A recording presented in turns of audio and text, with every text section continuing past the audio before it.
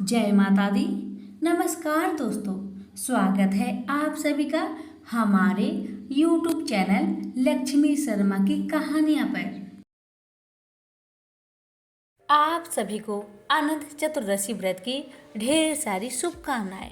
आज आप श्रवण करेंगे अनंत चतुर्दशी व्रत की कथा।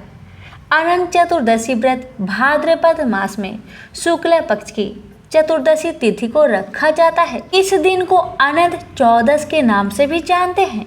अनंत चतुर्दशी के दिन भगवान विष्णु के अनंत स्वरूप की पूजा की जाती है।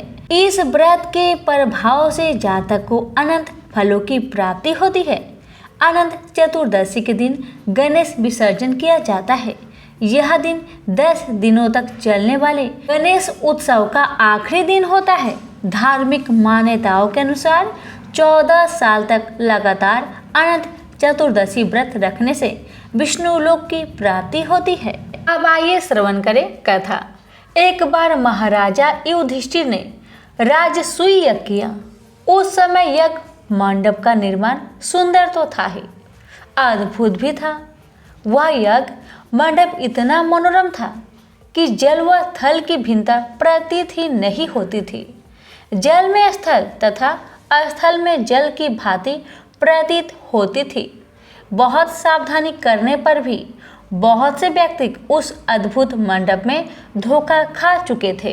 एक बार की बात है कि एक बार कहीं से टहलते टहलते दुर्योधन भी उस यज्ञ मंडप में आ गया और एक तालाब को स्थल समझकर उसमें गिर गया। ये देखकर द्रौपदी ने कहा कि अंधों की संतान अंधी कहकर उनका उपहास किया। इससे दुर्योधन चिढ़ गया। यह बात उसके हृदय में बाण समान लगी। उसके मन में द्वेष उत्पन्न हो गया और उसने पांडवों से बदला लेने की ठान ली। उसके मस्तिष्क में उस अपमान का बदला लेने के लिए विचार उपजने लगे। उनसे बदला लेने के लिए पांडवों को धूत कीरा में हराकर उस अपमान का बदला लेने की सोची। उसने पांडवों को जुए में पराजित कर दिया। पराजित होने पर प्रतिज्ञानुसार पांडवों को 12 वर्ष के लिए वनवास भोगना पड़ा। वन में रहते हुए पांडव अनेक कष्ट सहते रहे। एक दिन भगवान कृष्ण जब मिलने आए तब युधिष्ठिर ने उनसे अपना दुख कहा और दुख दूर करने का उपाय भी पूछा। तब भगवान श्री कृष्ण ने कहा, हे युधिष्ठिर, तुम विधि पूर्वक अनंत भगवान का व्रत करो। इससे तुम्हारा सारा संकट दूर हो जाएगा और तुम्हारा खोया राज्य पुनः प्राप्त हो जाएगा। इस संदर्भ में भगवान श्री कृष्ण ने उन्हें एक कथा भी सुनाई थी जो कि इस प्रकार से है। प्राचीन काल में सुमंत नाम का एक नेक तपस्वी ब्राह्मण था। उसकी पत्नी का नाम दीक्षा था। उसकी एक परम सुंदरी धर्मपरायण तथा ज्योतिर्मय कन्या थी जिसका नाम सुशीला था। सुशीला जब बड़ी हुई तो उसकी माता दीक्षा की मृत्यु हो गई। पत्नी के मरने के बाद सुमंत ने कर्कशा नामक स्त्री से दूसरा विवाह कर लिया। सुशीला का विवाह ब्राह्मण सुमंत ने कौंडिन्य ऋषि के साथ कर दिया। विदाई में कुछ देने के बाद पर कर्कशा ने दामाद को कुछ ईंट और पत्थर के टुकड़े बांधकर दे दिए। कौंडिन्य ऋषि दुखी हो अपनी पत्नी को लेकर अपने आश्रम की ओर चल दिए, परंतु रास्ते में ही रात हो गई। वे नदी तट पर संध्या करने लगे। सुशीला ने देखा वहां पर बहुत सी स्त्रियां सुंदर वस्त्र धारण कर किसी देवता की पूजा कर रही है। सुशीला के पूछने पर उन्होंने विधि पूर्वक अनंत व्रत की महत्व बताई। सुशीला ने वही उस व्रत का अनुष्ठान किया और 14 गांठों वाला डोरा हाथ में बांधकर ऋषि कौंडिल्य के पास आ गई। कौंडिन्य ने सुशीला से डोरे के बारे में पूछा तो उसने सारी बात बता दी। उन्होंने डोरे को तोड़कर अग्नि में डाल दिया। इससे भगवान अनंत जी का अपमान हुआ। परिणामतः ऋषि कौंडिन्य दुखी रहने लगे। उनकी सारी संपत्ति नष्ट हो गई। इस दरिद्रता का उन्होंने अपनी पत्नी से कारण पूछा तो सुशीला ने अनंत भगवान का डोरा जलाने की बात कही। पश्चाताप करते हुए ऋषि कौंडिन्य अनंत डोरे की प्राप्ति के लिए वन में चले गए। वन में कई दिनों तक भटकते भटकते निराश होकर एक दिन भूमि पर गिर पड़े। अब अनंत भगवान प्रकट होकर बोले, हे कौंडिन्य, तुमने मेरा तिरस्कार किया था, उसी से तुम्हें इतना कष्ट भोगना पड़ा। तुम दुखी हुए, अब तुमने पश्चाताप किया है, मैं तुमसे प्रसन्न हूँ। अब तुम घर जाकर विधि पूर्वक अनंत व्रत करो। 14 वर्ष प्रयत्न व्रत करने से तुम्हारा दुख दूर हो जाएगा, तुम धन्य धान्य से संपन्न हो जाओगे। कौंडिन्य ने वैसा ही किया और उन्हें सारे कलेशों से मुक्ति मिल गई। प्रेम से बोलिए अनंत भगवान की जय। अब आप सुनेंगे विष्णु भगवान और सत्यनारायण की व्रत कथा। पौराणिक कथा के अनुसार एक नगर में सेठ सेठानी रहते थे। सेठानी रोजाना भगवान श्री हरि की पूजा भक्ति भाव से किया करती, लेकिन सेठानी का पूजा करना उसके पति को बिल्कुल पसंद नहीं था। इस कारण एक दिन सेठ ने उसे घर से निकाल दिया। सेठानी घर से निकलकर जंगल की ओर चल दी। रास्ते में सेठानी ने देखा कि जंगल में 4 आदमी मिट्टी खोद रहे हैं। ये देखकर सेठानी ने उनसे बोला कि आप लोग मुझे किसी काम पर रख लो। सेठानी के कहने पर उन्होंने सेठानी को नौकरी पर रख लिया, लेकिन सेठानी बहुत कोमल थी, इस वजह से उसके हाथ पर छाले पड़ गए। यह देख चारों आदमी ने सेठानी से काम छोड़ने की बात कही। उन्होंने कहा कि इसकी जगह तुम हमारे घर का काम कर दो। सेठानी के मान जाने पर वे उसे अपने घर ले गए। वहां वे चारों आदमी 4 मुट्ठी चावल लाते और उसे बांटकर खा लेते। ये देख सेठानी को बहुत बुरा लगता। इसे देख सेठानी ने उन चारों आदमी को 8 मुट्ठी चावल लाने को कहा। सेठानी की बात मानकर चारों आदमी 8 मुट्ठी चावल लाए। इन चावल का सेठानी ने भोजन बनाया और भगवान विष्णु को भोग लगाकर सभी आदमियों को परोस दिया।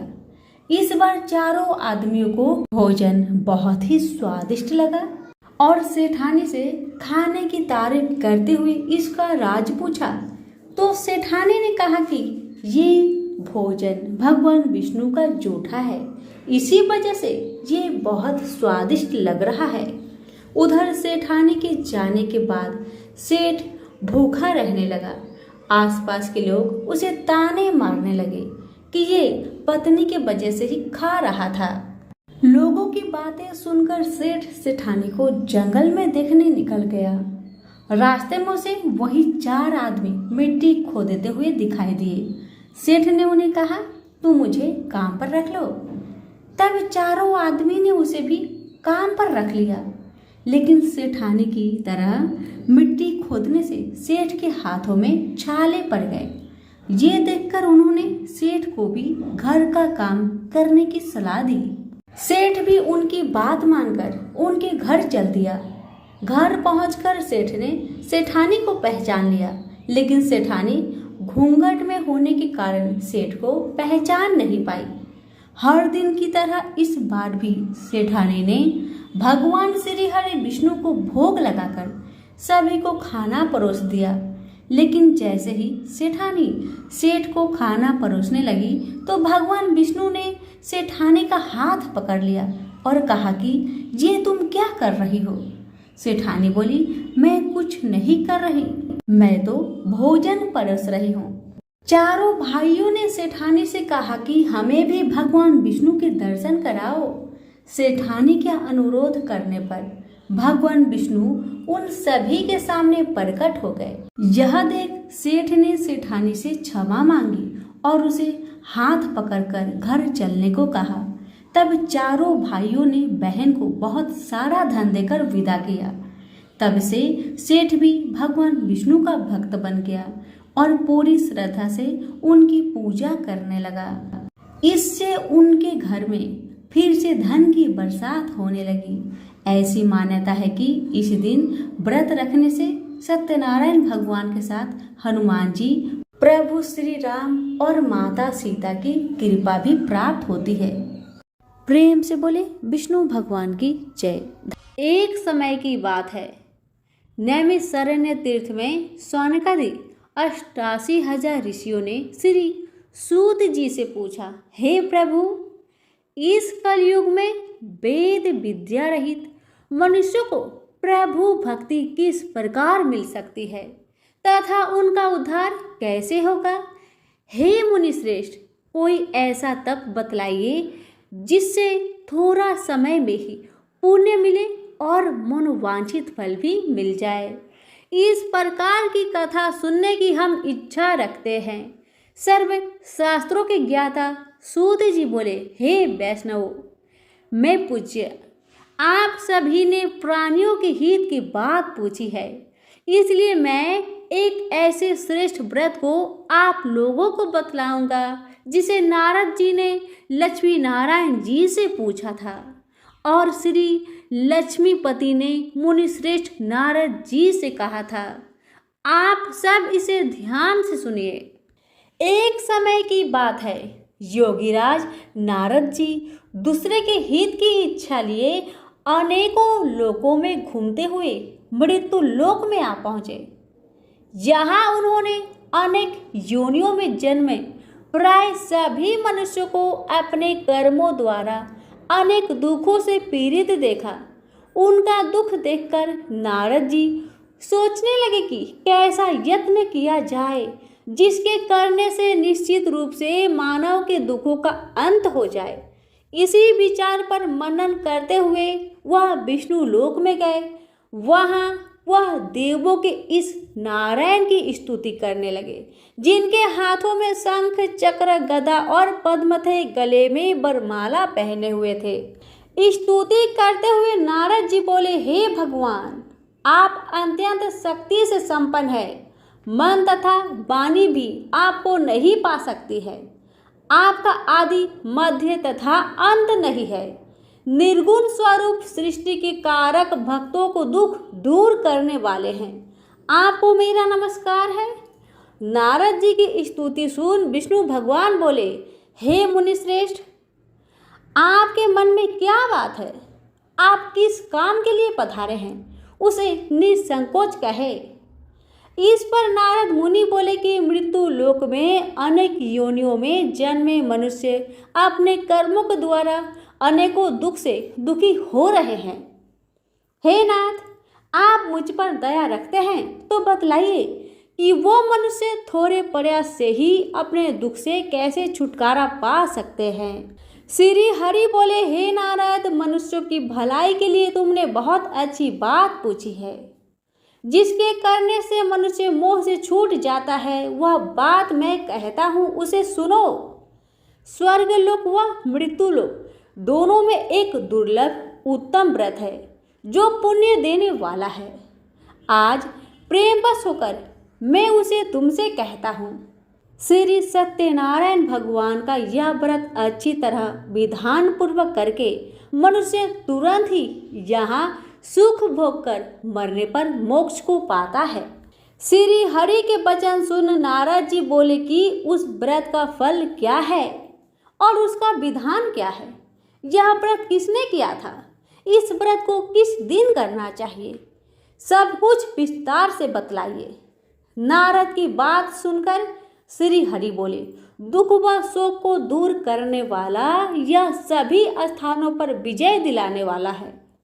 मानव को भक्ति व श्रद्धा के साथ शाम को श्री सत्यनारायण की पूजा धर्म परायण होकर ब्राह्मणों व बंधुओं के साथ करनी चाहिए। भक्ति भाव से ही नैवेद्य, केले का फल, घी, दूध और गेहूं, आटा सवाया ले। गेहूं के स्थान पर साठी का आटा, शक्कर तथा गुड़ लेकर वह सभी भक्षण योग्य पदार्थों को मिलाकर भगवान का भोग लगाए। ब्राह्मणों सहित बंधु बांधवों को भी भोजन कराए, उसके बाद स्वयं भोजन करे। भजन कीर्तन के साथ भगवान की भक्ति में लीन हो जाए। इस तरह सत्यनारायण भगवान का यह व्रत करने पर मनुष्य की सारी इच्छाएं निश्चित रूप से पूरी होती है। इस कली काल अर्थात कलयुग में मृत्यु लोक में मोक्ष का यही एक सरल उपाय बताया गया है। इति श्री सत्यनारायण व्रत कथा का प्रथम अध्याय यहीं पर संपूर्ण हुआ। अब सुनिए दूसरा अध्याय। जी बोले, हे ऋषियों, जिसने पहले समय में इस व्रत को किया था उसका इतिहास कहता हूँ, ध्यान से सुनो। सुंदर काशीपुरी नगरी में एक अत्यंत निर्धन ब्राह्मण रहता था। भूख प्यास से परेशान वह धरती पर घूमता रहता था।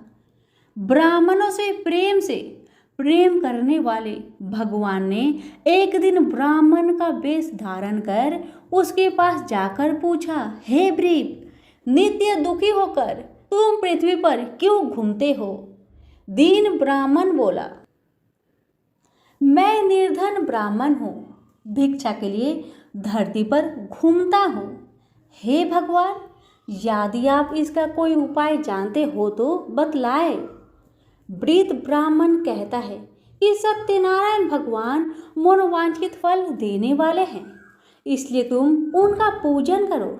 इसे करने से मनुष्य सभी दुखों से मुक्त हो जाता है।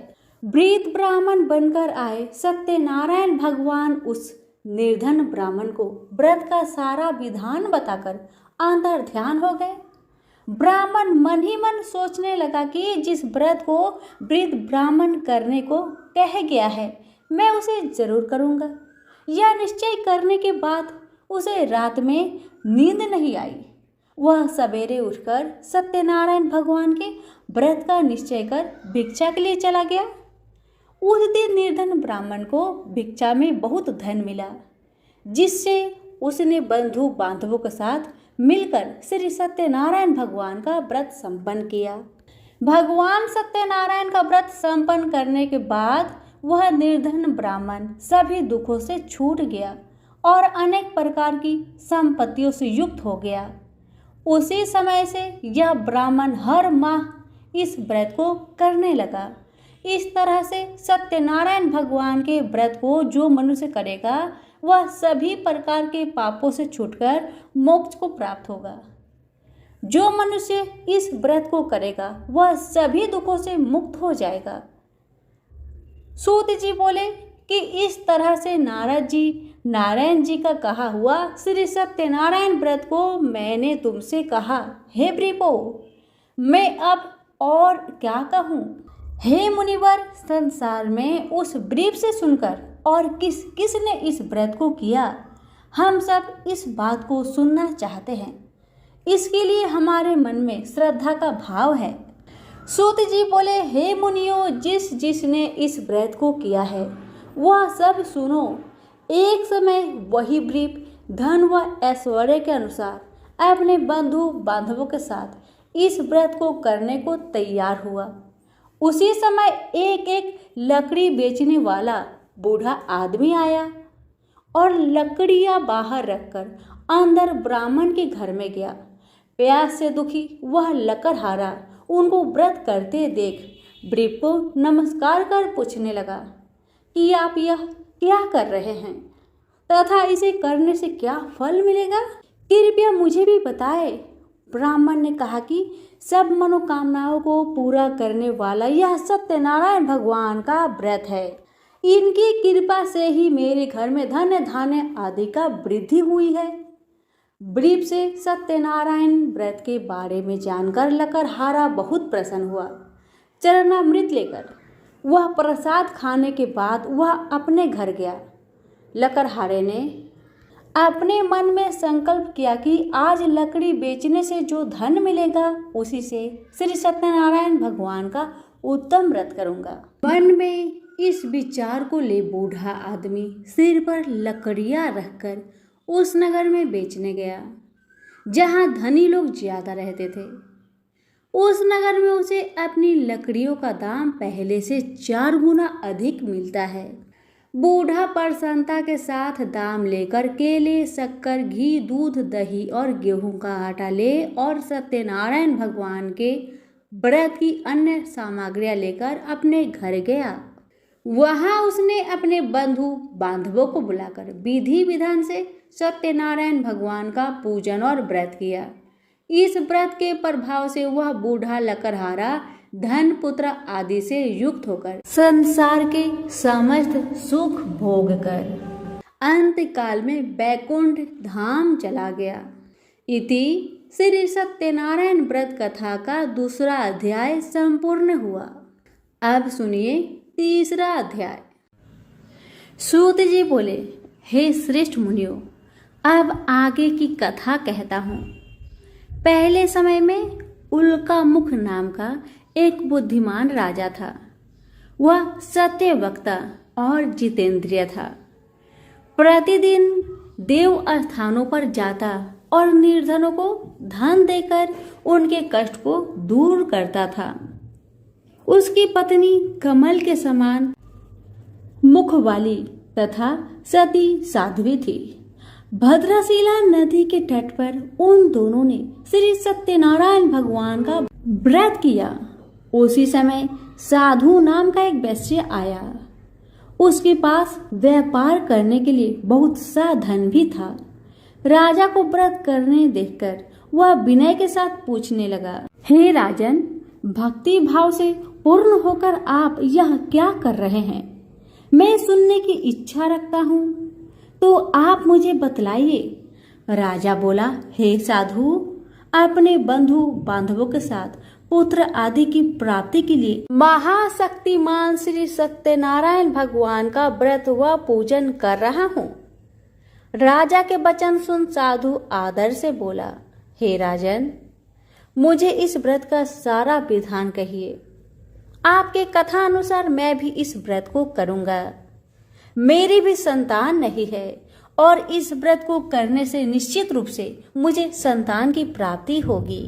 राजा से व्रत का सारा विधान सुन व्यापार से निवृत्त हो वह अपने घर गया। साधु वैश्य ने अपनी पत्नी को संतान देने वाले इस व्रत का वर्णन कह सुनाया और कहा कि जब मेरी संतान होगी तब मैं इस व्रत को करूंगा। साधु ने इस तरह के वचन अपनी पत्नी लीलावती से कहे। एक दिन लीलावती पति के साथ आनंदित हो संसारिक धर्म में प्रवृत्त होकर सत्यनारायण भगवान की कृपा से गर्भवती हो गई। 10वें महीने में उसके गर्भ से एक सुंदर कन्या ने जन्म लिया। दिनों दिन वह ऐसे बढ़ने लगी जैसे कि शुक्ल पक्ष का चंद्रमा बढ़ता है। माता पिता ने अपनी कन्या का नाम कलावती रखा।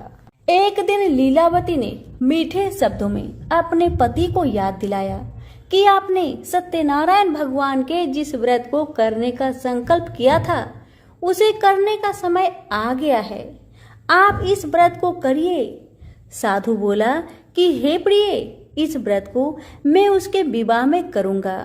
इस प्रकार अपनी पत्नी को अवशासन देकर वह नगर को चला गया। कलावती पिता के घर में रहकर वृद्धि को प्राप्त हो गई। साधु ने एक बार नगर में अपनी कन्या को सखियों के साथ देखा तो तुरंत ही दूत को बुलाया और कहा कि मेरी कन्या की योग वर देखकर आओ। साधु की बात सुनकर दूत कंचन नगर में पहुंचा और वहां देखभाल कर लड़की के सुयोगवानिक पुत्र को ले आया। सुयोग लड़के को देख साधु ने बंधु बांधवों को बुलाकर अपनी पुत्री का विवाह कर दिया। लेकिन दुर्भाग्य की बात ये कि साधु ने अभी भी श्री सत्यनारायण भगवान का व्रत नहीं किया। इस पर श्री भगवान क्रोधित हो गए और श्राप दिया कि साधु को अत्यधिक दुख मिले। अपने कार्य में कुशल साधु बनिया जामाई लेकर समुद्र के पास स्थित होकर रत्नासारपुर नगर में गया। वहां जाकर दामाद ससुर दोनों मिलकर चंद्रकेतु राजा के नगर में व्यापार करने लगे। एक दिन भगवान सत्यनारायण की माया से एक चोर राजा का धन चुराकर भाग रहा था। उसने राजा के सिपाहियों को अपना पीछा करते देख चुराया हुआ धन वहां रख दिया जहां साधु अपने जामाई के साथ ठहरा हुआ था। राजा के सिपाहियों ने साधु वैश्य के पास राजा का धन पड़ा देखा तो वह ससुर जमाई दोनों को बांधकर प्रसन्नता से राजा के पास ले गए और कहा कि उन दोनों चोरों को हम पकड़ लाए हैं, आप आगे की कार्यवाही की आज्ञा दे। राजा की आज्ञा से उन दोनों को कठिन कारावास में डाल दिया गया और उनका सारा धन भी उनसे छीन लिया गया। श्री सत्यनारायण भगवान के श्राप से साधु की पत्नी भी बहुत दुखी हुई। घर में जो धन रखा था उसे चोर चुरा ले गए। शारीरिक तथा मानसिक पीड़ा व भूख प्यास से अति दुखी हो अन्य की चिंता में कलावती ब्राह्मण के घर गई। वहां उसने श्री सत्यनारायण भगवान का व्रत होते देखा। फिर कथा भी सुनी। वह प्रसाद ग्रहण कर वह रात को घर वापस आई। माता ने कलवाती से पूछा कि हे पुत्री, अब तक तुम कहाँ थी? तेरे मन में क्या है? कलवती ने अपने माता से कहा, हे माता, मैंने एक ब्राह्मण के घर में श्री सत्यनारायण भगवान का व्रत देखा है। कन्या के वचन सुन लीलावती भगवान की पूजन की तैयारी करने लगी। लीलावती ने पारिवारिक व बंधुओं सहित सत्यनारायण भगवान का पूजन किया और उनसे वर मांगा कि मेरे पति तथा जमाई शीघ्र घर आ जाए। साथ ही ये भी प्रार्थना की कि हम सबका अपराध क्षमा करे। श्री सत्यनारायण भगवान इस व्रत से संतुष्ट हो गए और राजा चंद्रकेतु को सपने में दर्शन देकर कहा कि हे राजन, तुम उन दोनों वैश्य को छोड़ दो और तुमने उनका जो धन लिया है उसे वापस कर दो। अगर ऐसा नहीं किया तो मैं तुम्हारा धन, राज्य व संतान सभी को नष्ट कर दूंगा। राजा को यह सब कहकर वह अंतर्ध्यान हो गए। प्रातःकाल सभा में राजा ने अपना सपना सुनाया। फिर बोले कि वानिक पुत्र को कैद से मुक्त कर सभा में लाओ। दोनों ने आते ही राजा को प्रणाम किया। राजा मीठी वाणी में बोला, हे महान भावो, भाग्यवश ऐसा कठिन दुख तुम्हें प्राप्त हुआ है, लेकिन अब तुम्हें कोई भय नहीं है। ऐसा कहकर राजा ने उन दोनों को नए वस्त्र भूषण भी पहनाए और जितना धन उनका लिया था उससे 2 गुना धन देकर वापस कर दिया। दोनों वैश्य अपने घर को चल दिए। इति श्री सत्यनारायण भगवान व्रत कथा 3 अध्याय संपूर्ण हुआ। अब सुनिए 4 अध्याय। सूत जी बोले, वैश्य ने मंगलाचार कर अपनी यात्रा आरंभ की और अपने नगर की ओर चल दिए। उनके थोड़ी दूर जाने पर एक दंडी वैश्यधारी श्री सत्यनारायण ने उनसे पूछा, हे साधु, तेरी नाव में क्या है? अभिमानिक बानिक हंसता हुआ बोला, हे डंडी, आप क्यों पूछते हो? क्या धन लेने की इच्छा है? मेरी नाव में तो बेल व पत्ते भरे हुए हैं। वैश्य के कठोर वचन सुन भगवान बोले, तुम्हारा वचन सत्य हो। डंडी ऐसे वचन कह वहां से दूर चले गए। कुछ दूर जाकर समुद्र के किनारे बैठ गए। डंडी के जाने के बाद साधु वैश्य ने नित्य क्रिया के पश्चात नाव को ऊंची उठते देखकर अचंभा माना और नाव में बेल पत्ते आदि देखकर वह मूर्छित हो जमीन पर गिर पड़ा। मूर्छा खुलने पर वह अत्यंत शोक में डूब गया। तब उसका दामाद बोला कि आप शोक न मनाए, यह डंडी का श्राप है, इसलिए हमें उनकी शरण में जाना चाहिए, तभी हमारी मनोकामना पूरी होगी। दामाद की बात सुनकर वह डंडी के पास पहुंचा और अत्यंत भक्ति भाव से नमस्कार कर बोला, मैंने आपसे जो असत्य वचन कहे थे उनके लिए मुझे क्षमा करे। ऐसा वचन कहकर महान शोकातुर हो रोने लगा। तब डंडी भगवान बोले, हे बानिक पुत्र, मेरी आज्ञा से बार बार तुम्हें दुख प्राप्त हुआ है, तू मेरी पूजा से विमुख हुआ। साधु बोला, हे भगवान, आपकी माया से ब्रह्मा आदि देवता भी आपके रूप को नहीं जानते, तब मैं अज्ञानी कैसे जान सकता हूँ? आप प्रसन्न होइए, अब मैं सामर्थ्य के अनुसार आपकी पूजा करूंगा। मेरी रक्षा करे और पहले के समान नौका में धन भर दे। साधु वैश्य के भक्ति पूर्वक वचन सुनकर भगवान प्रसन्न हो गए और उसकी इच्छा अनुसार वरदान देकर अंतर ध्यान हो गए। ससुर जमाई जब नाव पर आए तो नाव धन से भरी हुई थी। फिर वह अपनी अन्य साथियों के साथ सत्यनारायण भगवान का पूजन कर अपने नगर को चल दिए। जब नगर के नजदीक पहुंचे तो दूत को घर पर खबर करने को भेज दिया। दूत साधु की पत्नी को प्रणाम कर कहता है कि मालिक अपने दामाद सहित नगर के निकट आ गए हैं। दूत की बात सुन साधु की पत्नी लीलावती ने बड़े हर्ष के साथ सत्यनारायण भगवान का पूजन कर अपनी पुत्री कालावती से कहा कि मैं अपने पति के दर्शन को जाती हूँ, तू कार्य पूर्ण कर शीघ्र आ जा। माता के ऐसे वचन सुन कालावती जल्दी से प्रसाद छोड़ अपने पति के पास चली गई। प्रसाद की अवज्ञा के कारण श्री सत्यनारायण भगवान रुष्ट हो गए और नाव सहित उसके पति को पानी में डुबो दिए। कालावती अपने पति को वहां ना पाकर रोती हुई जमीन पर गिर गई। नौका को डूबा हुआ देख वह कन्या को रोता देख साधु दुखी होकर बोला, हे प्रभु, मुझसे तथा मेरे परिवार से जो भूल हुई है उसे क्षमा करे। साधु के दीन वचन सुनकर श्री सत्यनारायण भगवान प्रसन्न हो गए और आकाशवाणी हुई, हे साधु, तेरी कन्या मेरी प्रसाद को छोड़कर आई है, इसलिए उसका पति अदृश्य हो गया है। यदि वह घर जाकर प्रसाद खाकर लौटती है तो इसे इसका पति अवश्य मिलेगा। ऐसी आकाशवाणी सुन कलावती घर पहुंचकर प्रसाद खाती है और फिर आकर अपने पति के दर्शन करती है। उसके बाद साधु अपने बंधु बांधवों सहित श्री सत्यनारायण भगवान का विधि विधान से पूजन करता है। इस लोक का सुख भोग वह अंत में स्वर्ग को जाता है। इति श्री सत्यनारायण भगवान व्रत कथा का 4th अध्याय संपूर्ण हुआ। अब सुनिए 5वां अध्याय। सूत जी बोले, हे ऋषियों, मैं और भी एक कथा सुनाता हूँ, उसे भी ध्यान पूर्वक सुनो। प्रजापालक में लीन तुंगध्वज नाम का एक राजा था। उसने भी भगवान का प्रसाद त्याग कर दुख का सामना किया था।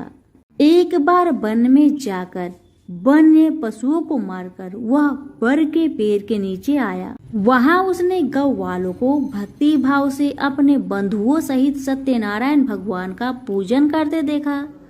अभिमानवश राजा ने उन्हें देखकर भी पूजा स्थान में नहीं गया और ना ही उसने भगवान को नमस्कार किया। गौ वालों ने राजा को प्रसाद दिया, लेकिन उसने प्रसाद नहीं खाया और प्रसाद को वहीं छोड़ वह अपने नगर को चला गया। जब वह नगर में पहुंचा तो वहां सब कुछ तहस नहस हुआ पाया तो वह शीघ्र ही समझ गया कि यह सब भगवान ने ही किया है। वह दोबारा गौ वालों के पास पहुंचा और विधि पूर्वक पूजा करके प्रसाद खाया तो श्री सत्यनारायण भगवान की कृपा से सब कुछ पहले जैसा हो गया।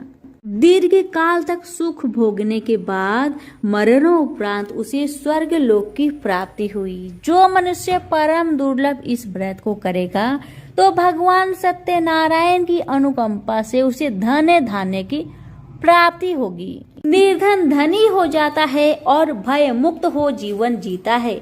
संतानहीन मनुष्य को संतान सुख मिलता है और सारे मनोरथ पूर्ण होने पर मानव अंत काल में वैकुंठ धाम को जाता है। सूत जी बोले, जिन्होंने पहले इस व्रत को किया है अब उनके दूसरे जन्म की कथा कहता हूँ। वृद्ध सतानंद ब्राह्मण ने सुदामा का जन्म लेकर मोक्ष की प्राप्ति की। लकड़हारे ने अगले जन्म में निषाद बनकर मोक्ष प्राप्त किया। उल्कामुख नाम का राजा दशरथ होकर बैकुंठ को गए। साधु नाम के वैश्य ने मोरध्वज बनकर अपने पुत्र को आरे से चीरकर मोक्ष पाया। महाराज तुंगध्वज ने स्वयंभू होकर भगवान में भक्ति युक्त हो कर्म कर मोक्ष पाया। इति श्री सत्यनारायण व्रत कथा का 5वां अध्याय संपूर्ण हुआ। तो प्रेम से बोलिए श्री सत्यनारायण भगवान की जय।